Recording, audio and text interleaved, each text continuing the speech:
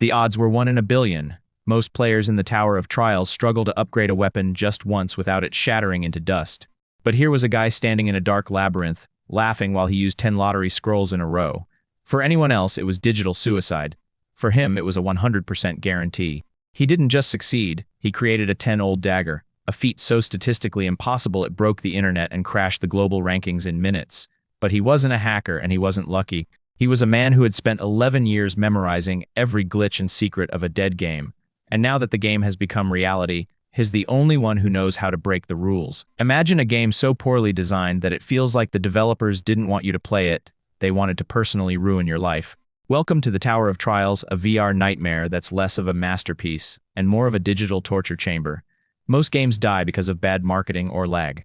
This one died because it was literally impossible. We're talking about a 7th floor that hits minus 60 degrees Celsius just to turn your avatar into a popsicle in under an hour, and an 8th floor labyrinth that spans 10,000 kilometers. But the real middle finger from the devs, the 10th floor gate guardian, is tagged as invincible. Not hard to kill, not high HP, but actually invincible. Naturally, 99.9% of the player base did the same thing and uninstalled. But our MC, Kang Jinhyuk, isn't exactly sane. While everyone else was busy touching grass, Jinhyuk spent the last 11 years from age 17 to 27 memorizing every pixel of this dumpster fire. Why? Because when a game tells him something is impossible, he takes it as a personal insult. Fast forward to the present. Jinhyuk is sitting in front of a screen that would make any veteran gamer weep.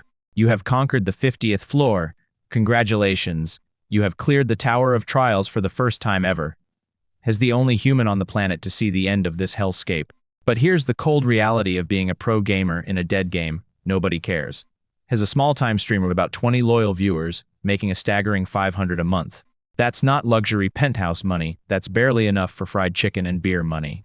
Jinhyuk realizes he's 27, broke, and has spent a decade mastering a skill set that is functionally useless in the real world. He decides today is the day. He's hanging up the headset, quitting the BJ life, and gonna find a real job, probably something involving martial arts since he's actually a beast in real life too. Just as he's about to sign off for good, a system-wide admin message pops up. Now keep in mind the developers haven't touched this game in a decade. The reboot update will be done in 12 hours. Jinhyuk scoffs. A reboot? For a game with 0 players and 0 profit? He figures the devs finally lost their last few marbles and goes back to his mukbang, laughing with his few remaining fans. He goes to sleep thinking he's finally free of the tower. But here's the thing about reboots in this genre. They never stay digital. Jinhyuk thinks he's retiring from the grind, but in 12 hours, the 11 years he spent exploiting a broken game are about to become the most valuable currency on Earth. The peace of retirement doesn't even last through the night. Jinhyuk wakes up with a massive hangover, chugging a liter of water while planning to edit his footage of the 50th floor. He's the only one who stayed with the Tower of Trials for 11 years after everyone else quit at floor 20, but his private victory is cut short by the news. He sees a livestream with 300,000 viewers showing a massive tower in the middle of Seoul. Most people are confused, but when the sky's read at 10 a.m., Jinhyuk recognizes it immediately. It's the exact omen from the game's first update. A status window confirms his worst fears. Conquer the next floor in 90 days or humanity perishes. While everyone else tries to flee Seoul, Jinhyuk does the opposite. He sprints toward a specific basement in the city center. He knows this location is one of 30 outside the tower event areas on the Korean server. He reaches an underground fountain where 20 other old players are already waiting. They all know the Mangrove of Greed is about to spawn. Among the crowd is Lee Jong-soo, a popular streamer and the CEO of Jinhyuk's agency. Jong-soo is a predator who uses unfair contracts to take 60% of his BJ's revenue and has a history of stalking and harassing women. He tries to act like Jinhyuk's colleague to get info on the game, but Jinhyuk doesn't play along. He calls out Jong-soo's crimes to his face and levels him with a headbutt, shattering the CEO's teeth. The drama is interrupted as the Mangrove of Greed erupts from the fountain. It has only 4 fruits for over 20 people. As the crowd gets desperate and starts brawling to climb the tree, Jinhyuk holds back. He knows the perverted veteran's secret. The fruits are just the bait. The real reward appears after the fruits are gone and the tree begins its attack phase. He tricks the injured Jong-soo, telling him the real treasure is inside the tree. Looking for a payday, Jong-soo ignores the danger and rushes in. Jinhyuk watches, waiting for the tree to strike so he can trigger the actual hidden event. As the event triggers, Jinhyuk watches as the mangrove crushes Lee Jong-soo. He ignores the CEO's pleas for help. He tells the dying man to file a lawsuit from the afterlife and treats him like nothing more than a nutrient sac used to trigger the tree's next phase. With the other players gone and the tree occupied with its meal, Jinhyuk moves in. The tree attacks with its remaining trunks. Jinhyuk does not panic because he has memorized every pattern. He knows the exact angles of 35 degrees and 22 degrees. He positions himself so the branches miss him and penetrate the tree's own main body instead. He mocks the monster for its dramatic roars and notes that simple fire would have worked if he had the time. The mangrove uses its vampire vine skill, sending dozens of vines at him. Jinhyuk finds a unique breathing pattern to match the rhythm of the attacks. As he gets within 1 meter of the trunk, the tree releases sleeping butterflies. This powder knocks out anyone who breathes it in. Jinhyuk holds his breath and stabs a sharpened piece of wood directly into the tree's heart. The system announces the first defeat of a mangrove tree of greed. Jinhyuk registers his achievement in the Hall of Fame, but keeps his identity private. He ignores the fame because he wants the tree orb. This item gives him 12 unassigned stat points. At level 1, he now possesses the raw power of a level 5 player. The internet is in an uproar over the leaked footage of his fight. Professional gamers and corporations offer billions of won for his contact info. Jinhyuk ignores the money. He knows that historical replicas in the National Museum have been transformed into holy relics by the tower's mana. He is preparing to raid the museum before the government or other players realize the value of the replicas. Jinhyuk arrives at his destination, but inside the museum is already a crime scene. A guard is dead, and groups of looters are fighting over the great map of the East Island. While ordinary people see a map, players know that when infused with magic, it reveals the labyrinths and hidden ruins of the first 10 floors of the tower. The chaos is interrupted by Oh Hyung-suk, a gangster with a unique ability called petrification that turns his skin to stone. He is quickly challenged by Min Jung-woo, an old man who can manifest fire magic. The wizard incinerates the gangster instantly, leaving nothing but a blackened husk. The wizard is allied with Lee Yuri, a summoner who uses Egyptian replicas to manifest the incarnation of Anubis, a 2-meter-tall jackal warrior. As the crowd cowers before the wizard and summoner, Jinhyuk walks calmly through the hall. He ignores their threats and begins cleaning dirt off a fallen painting, annoyed that these noobs are disrespecting the art. Enraged, Lee Yuri commands Anubis to hurl a steel javelin at his head. Jinhyuk doesn't dodge. He punches the supersonic projectile out of the air with his bare fist. Because he consumed the tree orb, his physical stats are 4 times higher than a standard player, making him a walking tank. Lee Yuri panics and summons 4 more Anubis warriors to surround him. Jinhyuk remains unimpressed, calling her skills mildly surprising. To end the fight, he reveals his own find, a replica of the Joseon-era painting Pine and Tiger. He infuses it with magic, manifesting the king of the mountain. A 3-meter-tall spectral tiger emerges, letting out a roar that shakes the building. Unlike Lee Yuri's stone statues, Jinhyuk has reproduced the actual mythical essence of the predator. The power gap is so massive that the Egyptian jackals are paralyzed with fear. There is no contest between a desert scavenger and the king of the forest. The battle is one-sided as Jinhyuk's spectral tiger easily destroys Lee Yuri's 5 Anubis summons. He corners the trembling summoner but chooses not to kill her. Instead, he demands the mask of Tutankhamun. He knows this specific Egyptian replica is a key ingredient for a high-level fusion. He ignores her questions about what floor he reached in the game and forces her to hand over the golden mask before moving to the next floor. On the second floor, Jinhyuk encounters the fire wizard Min Jung-woo. The wizard is stuck outside a magical barrier protecting the great map of the East Island. Jinhyuk knows a simple spell could break this level 1 barrier instantly, but he chooses to trick the wizard instead. He convinces Min Jung-woo to exhaust his mana by blasting the barrier with fire magic for several minutes. This ensures the wizard is too weak to interfere once the barrier finally cracks. Jinhyuk enters the exhibition hall and ignores the map. He locates a set of rusted Joseon-era coins called Sangpyeong Tangbo. He combines the Tutankhamun mask, a Persian ceremonial mold, and the coins. This specific combination triggers a hidden achievement for fusing low-rank replicas into a high-rank item. He successfully creates the Eye of Truth, SS rank, which allows him to see player status windows and detect lies. More importantly, this achievement grants him the overrank unique ability, Fusion. This ability allows him to copy and combine skills from other players. To copy Min Jung-woo's fire magic, Jinhyuk must fulfill a condition, forcing the wizard to drop his polite facade and reveal his true nature. Jinhyuk takes the map that the wizard desperately wants and burns it to ashes. He already has 50 floors of knowledge memorized, so the map is useless to him and only helps potential rivals.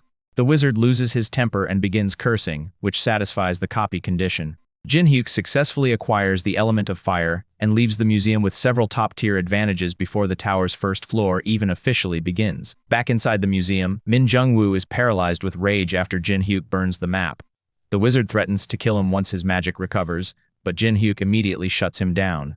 He activates his newly copied element of fire, manifesting flames that are larger and hotter than the wizard's due to his superior stats. Seeing the massive power gap, the wizard realizes he can't win. Jinhyuk asserts total dominance, telling Min Jung-woo that his only job now is to follow orders. He leaves the wizard and the summoner Lee Yuri behind to level up, planning to use them as pawns once they become strong enough to be useful. While Jinhyuk stops at a 24-hour restaurant for a bowl of soup, he sees the news breaking on TV. The government has established the Awakened Association to manage people with abilities. The news reports that similar museum raids have occurred globally, from the Louvre to the British Museum, as veterans everywhere move to secure relics. CCTV footage of Jinhyuk punching the Anubis spear and summoning the Joseon tiger is playing on loop. The public is in a frenzy, speculating if he is a secret government weapon or a famous pro-gamer. The head of the new association, Han Sang-jin, appears on screen. He offers anyone with abilities a high-ranking civil servant position with a guaranteed salary. He makes a direct appeal to the unknown man in the museum footage, promising the full support of the Korean government and a blank check if he joins them. Jinhyuk finds the offer insulting. He has no intention of being tied down or sharing his 11 years of secrets. The time for recruitment ends as the real trial begins. At exactly 7 p.m., the gateways to the Tower of Trials activate globally. Thousands of people rush into the tower, but Jinhyuk remains calm, recognizing the familiar sights of the first floor. Upon entry, every player receives 100 coins and access to a video sharing system. This system allows players to earn coins through view counts, essentially turning the tower climb into a massive broadcast platform. Jinhyuk decides not to upload any footage yet, choosing to keep his pro-gamer secrets hidden rather than trading them for early game currency. While the majority of players rush to the Goblin Caves to grind levels, Jinhyuk heads toward Labyrinthos, a B-level difficulty labyrinth. In his previous 11 years of gaming, he realized that reaching the top was impossible without a perfect start. He remembers a secret from an old book found on the 10th floor. To clear the tower, one must reach the boss of the Corridor of the Fallen while still at level 1. The labyrinth is merely the training ground required to achieve this nearly impossible feat. A group of 6 players, led by a woman named Park Hana, follows Jinhyuk. They assume he has found a secret hidden piece and watch in shock as he opens the labyrinth using blood magic symbols instead of a traditional key. Park Hana convinces her group to follow him inside, assuming the dungeon must be easy if a solo level 1 player is entering. Her plan is not to cooperate, but to murder Jinhyuk once he finds the loot. Jinhyuk is fully aware of his clumsy stalkers. He waits for them to reveal themselves and feigns a worried expression when they approach. Park Hana lies, claiming they found him by coincidence while looking for a hunting ground. Jinhyuk activates his Eye of Truth, which immediately flags her statement as a lie. Instead of exposing her, he smiles. He sees that Park Hana possesses a unique ability that is actually worth copying, and he decides to play along with her trap to get what he wants. While maintaining his facade, Jinhyuk uses his Eye of Truth to inspect Park Hana's status window. He discovers she possesses a unique ability called Communion, which allows her to lower an opponent's guard and force a sense of familiarity. This is the perfect skill for a perverted veteran like Jinhyuk, who needs to manipulate others to copy their abilities. However, the copy condition is difficult. He must stay with her for 240 hours, and by the end they must be the only 2 people remaining. He decides to keep her alive while treating her 5 companions as expendable bait for the labyrinth's traps. The group enters Labyrinthos, and Park Hana immediately activates Communion to charm Jinhyuk. He feels the mental pull but easily resists it, finding her attempt cute. He reveals a crucial secret. This is the Labyrinth of Change. On cue, the entire structure begins to shift violently like a massive game of Tetris. The floor rises, walls move, and the path behind them is completely sealed. The group's navigator, Lee Heyman, realizes her compass ability is now useless because the layout has been entirely rewritten. Panic sets in, and the group turns on Jinhyuk, blaming him for not warning them about the shifting terrain. One man, Cheon Min-guk, attempts to punch Jinhyuk and threatens to kill him. Jinhyuk's response is brutal. He dodges the punch, breaks the man's wrist under his boot, and then smashes his face into the ground, shattering his teeth. He mocks the man, telling him to oink like a pig, since he doesn't understand human warnings. He makes it clear that in the labyrinth, noise and blood draw predators, and they have just provided both. As the group stares in horror at Jinhyuk's cruelty, a heavy, rhythmic thudding echoes through the darkness. The scent of Cheon Min-guk's blood and the vibrations of their shouting have summoned the labyrinth's guardian. Jinhyuk stands calm, knowing that the meat of the trial has finally arrived. He has successfully transformed a group of potential backstabbers into a terrified herd, and now he intends to use the monster to further thin the ranks. The heavy thudding in the dark ends with a violent death. The Minotaur, a 2-meter-tall mythical beast with a massive axe, enters the fray by burying his blade into Cheon Min-guk's head, killing him instantly. While the other players freeze in terror, Jinhyuk recognizes this as his primary training opportunity. He charges the beast bare-handed, dodging a strike that shatters the rock walls around him. Jinhyuk's reckless behavior is actually a calculated grind. By dodging the Minotaur's lethal attacks at level 1, he triggers a hidden stat gain called Rift. This unique stat closes the power gap between a weak player and a strong enemy. Every 3 points of Rift effectively closes the gap of 1 level. He deliberately lures the axe closer and closer to his skin, trading narrow escapes for massive stat gains. To him, the risk of death is a fair price for a perverted shortcut to power. As the labyrinth shifts again, the group attempts to flee. Jinhyuk stops them. He mocks their cowardice and invites them to gain stats by dodging the Minotaur. When they hesitate, he forces the issue by shoving Du Kwangwu into the monster's path. The man is split in half instantly. Jinhyuk feels no remorse, viewing the others as mere supporting actors whose lives he controls. He reveals the horrifying truth. Because they are covered in luminous moth dust, the Minotaur will hunt them relentlessly for the next 30 days. Trapped and desperate, the survivors are forced to pay Jinhyuk all their coins, a total of 500, in exchange for his protection and knowledge of the exit. While the group is busy performing menial labor like gathering firewood, Jinhyuk accesses the coin exchange. He ignores the legendary SS rank items worth millions and instead buys 4 pieces of trash: enchanted tarot cards, a bronze key, a wagon wheel fragment, and enhancement scrolls. Using his fusion ability, he combines these low-rank items. Despite the risk of them vanishing, the synthesis is successful. A dazzling light reveals a new creation, proving once again that Jinhyuk's deep game knowledge allows him to turn 500 coins of garbage into a tool for absolute domination. As the light fades, Jinhyuk inspects his newly fused relic, Fortuna's Wheel of Luck, S rank. Although it is an incomplete single-use item, it allows him to maximize his luck stat for 10 minutes. He understands that while luck cannot overcome every law of the world, it is the perfect tool for a perverted veteran who knows how to exploit the tower's systems. He activates the wheel, entering a state of heavenly luck where the impossible becomes a 100% certainty. With his luck at its peak, Jinhyuk pulls out 10 lottery enhancement scrolls. Normally, these scrolls have a success rate of roughly the same as winning the lottery. Under the effect of the wheel, he successfully enhances a common dagger 10 times in a row without a single failure. This feat earns him a 10-old dagger, a world-first achievement that grants him 5,000 coins and an automatic entry into the Hall of Fame. The weapon now boasts massive attack power, bleeding effects, and a weight reduction bonus that makes it viable for the upper floors. Meanwhile, a player named Hamos becomes a viral sensation after uploading a 15-hour solo clear of the Goblin Dungeon. In reality, Hamos is a fraud. He used a team of 4 others to help him and edited the footage to look like a solo achievement. He is celebrating his 1,000,000 views and planning to monetize his fame when a new video suddenly appears at the top of the Hall of Fame, instantly crushing his viewership. Jinhyuk has uploaded the unedited, 5-minute clip of the 10 enhancement. The community explodes. Mathematicians and Speedwagon commenters point out that succeeding 10 times in a row with those scrolls is statistically impossible. The internet immediately links this player to the one who defeated the Mangrove tree and summoned the Joseon tiger. While Hamos screams in rage over his ruined career, Jinhyuk recognizes a comment from an old acquaintance, Mr. Baldhuman, a player he truly respected in the past. Jinhyuk is now the undisputed center of the world's attention, all while remaining anonymously tucked away in a deadly labyrinth. But inside that labyrinth, time is a different beast. 10 days have passed in the dark. The relentless pursuit of the Minotaur, combined with starvation and sleep deprivation, has decimated the group. Of the 7 who entered, only 3 remain: Jinhyuk, Park Hana, and Jang Cheol-sik. The survivors are at their breaking point, realizing they are being used as fodder to trigger traps. Park Hana maintains a secret broadcast to the Black Crow Guild support crew outside, who are desperately trying to find her location. However, Jinhyuk remains an enigma. He wears a black mask at all times and has wiped his digital footprint, earning him the nickname the Phantom of the Opera among the viewers. Desperate to survive, Park Hana and Jang Cheol-sik plot to kill Jinhyuk while he sleeps. Park Hana rejects a direct attack, knowing his reaction speed is superhuman. Instead, she opts for the sting of the giant bumblebee. She prepares a meal of moss and mushrooms, but she doesn't poison the food. She coats the bat-bone chopsticks with neurotoxin. She assumes that even the wariest player won't suspect the utensils. Jinhyuk wakes and joins them for the meal. He observes Park Hana's unusual behavior. She is serving him personally, a task she previously avoided.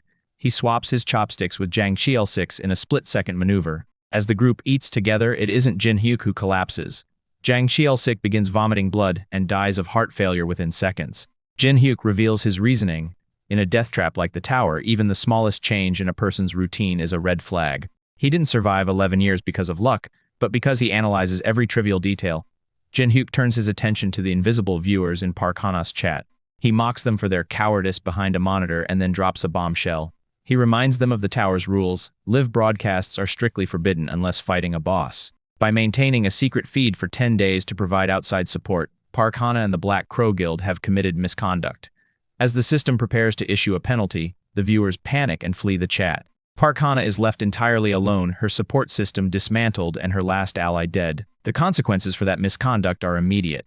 The Black Crow Guild support crew pays a heavy price for breaking the tower's rules. The system inflicts severe physical damage on the 10 cheating viewers, ranging from paralysis to loss of sight. In the silence that follows, Park Hana is forced to realize that Jinhyuk hasn't just been lucky. He has been reading her like an open book from the moment they met. To her, he is a monster who seems to have lived through all of this before. The 240-hour condition is finally met, and Jinhyuk successfully copies Park Hana's communion, unique ability. He immediately puts his fusion ability to work, combining the warm affinity of communion with the destructive element of fire. The result is a terrifying A-rank skill, Stigma of the Soul. This cursed flame allows him to engrave a brand on a target's soul, forcing absolute obedience through the threat of excruciating pain. Jinhyuk's power base is growing exponentially while he remains at level 1. With the skill copied, Jinhyuk no longer has any use for Park Hana. When the Minotaur's roar echoes through the halls, she begs for the exit, but Jinhyuk coldly abandons her. He points out that their relationship was always a mutual attempt at murder. When she tries to threaten him with her older brother's guild, he simply draws his 10-old dagger. He challenges her to watch closely and decide who is truly more terrifying, a guild of mid-tier players or the man standing in front of her. Jinhyuk engages the Minotaur in a final bloody duel.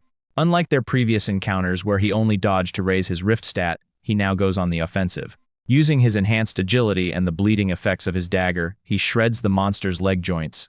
Driven to desperation, the Minotaur activates Berserker, LV10, tripling its size and gaining the ability to speak. It warns Jinhyuk that he cannot survive for the 5 minutes the skill is active. Jinhyuk isn't intimidated, he knows the secret penalty. Once those 5 minutes end, the bull will be paralyzed for 24 hours. He ignites his dagger with magic, ready to face the world-shaking pressure of a 5th-floor boss head-on. The battle between Jinhyuk and the Berserker State Minotaur reaches its climax. Despite the monster's overwhelming power, Jinhyuk uses superior technique to parry the massive axe and redirect its force. With a cold smile, he jams his 10-old dagger into the roof of the Minotaur's mouth, pinning its jaws open. He then unleashes the element of fire directly down its throat, incinerating its internal organs. The 5-minute timer expires and the Minotaur enters a 24-hour paralyzed, suspended state. Jinhyuk turns his attention to the terrified Park Hana. He offers her a job as an intern at his veteran company. Realizing that refusal means death, she frantically pitches her usefulness, eventually mentioning a legendary item, Braham's ring. She reveals that her brother Park Hajin is negotiating with a Chinese guild to obtain the ring in exchange for Korean ginseng. Jinhyuk recognizes the name of the Chinese guild's leader, Namgung Chun, a legendary genius ranker. Sensing a massive opportunity to secure top-tier loot, Jinhyuk accepts her internship. Instead of a paper contract, Jinhyuk uses his newly fused skill, Stigma of the Soul. He brands her shoulder with a glowing blue mark. This magical shackle ensures her absolute loyalty. Any attempt at betrayal will inflict agonizing pain. He sets the terms, 247 availability and absolute obedience. Park Hana, now effectively his thrall, begins her career by serving him the only food available, vile moss and mushrooms. For the next 20 days, Jinhyuk turns the labyrinth into a training gym. He spends every day fighting and knocking out the Minotaur as soon as it wakes up, treating the B-rank boss like a common punching bag. His rift stat finally reaches the hard cap of 100 points. Effectively, this level 1 player now possesses the raw combat power of a level 34 veteran. As the final stat point ticks over, the exit of the labyrinth finally appears in the distance. The training arc is over, and Jinhyuk is ready to step onto the world stage as a true monster. The training finally concludes as Jinhyuk and Park Hana officially exit Labyrinthos, marking the world's first clear of a B-rank labyrinth. For this achievement, they receive 5,000 coins each. True to his role as the CEO, Jinhyuk immediately demands Park Hana's share, pushing his personal fortune over 10,000 coins. He then gives her a special assignment. She will take full credit for the clear in the Hall of Fame. This allows Jinhyuk to avoid the spotlight while Park Hana gains the fame she craves. However, it's a gilded cage. He orders her to retrieve Braham's ring from her brother within 2 days, threatening her with dismissal, which she knows means death if she fails. Returning to Seoul, Jinhyuk watches the world's top guilds arrogantly rush toward the 3rd-floor boss, unaware that they are building their foundations on sand. As the chapter closes, Jinhyuk sits down in a quiet cafe to meet two legendary perverts from his past gaming days, Miss Baldhuman and Nuclear Fist, ready to form a team of true veterans that will put the world's so-called pros to shame.